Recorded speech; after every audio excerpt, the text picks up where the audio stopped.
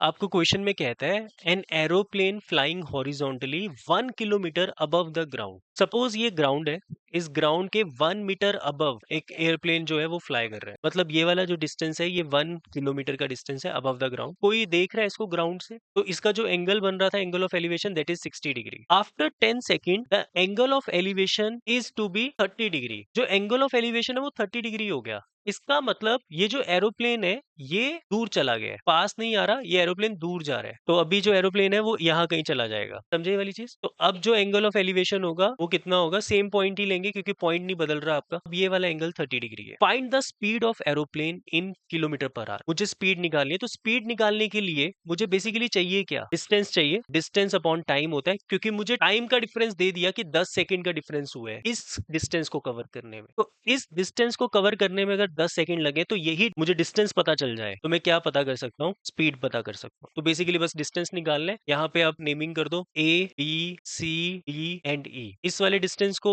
x मान लेते हैं, इस वाले डिस्टेंस को y मान लेते हैं। ये तो 1 किलोमीटर आपको दिया ही हुआ है। तो सबसे पहले आप कौन सा ट्राइंगल यूज कर रहे हो? जब आप ए बी ई लगाओगे तो यहाँ पर आप tan 30 का यूज करोगे। tan 30 डिग्री आपके पास होगा परपेंडिकुलर बाय बेस। यहाँ पे एंगल के सामने वाला परपेंडिकुलर होता है, मतलब ए बी, और बेस आपका होगा DE। ए बी 1 है और ये आपके पास DE x प्लस वाई है। तो tan 30 1/√3 होता है, 1/x+y। तो आपके पास x प्लस वाई की वैल्यू निकल जाएगी √। तो ये एक फर्स्ट इक्वेशन बन गई, इसको यही छोड़ेंगे, मुझे y चाहिए वैसे। अब मैं दूसरा ट्राइंगल यूज कर रहा हूँ, in triangle CDE। CDE triangle में tan 60 डिग्री यूज होगा। tan 60 डिग्री वो भी सेम P/B। P आपका CD है, B आपका DE है, तो ये हो जाएगा 1 किलोमीटर x। tan 60 √3 होता है, 1/x। तो x की वैल्यू कितनी हो जाएगी? 1/√3। तो x की वैल्यू तो 1/√3 आ गई, यहाँ पर पुट करोगे तो y की वैल्यू भी निकल जाएगी। तो देयरफॉर जो y होगा वो होगा √3 माइनस एक्स। फर्स्ट इक्वेशन से ले लिया, √3 माइनस 1/√3। एलसीएम लोगे तो 3 माइनस 1 दैट इज 2/√3। रेशनलाइज करोगे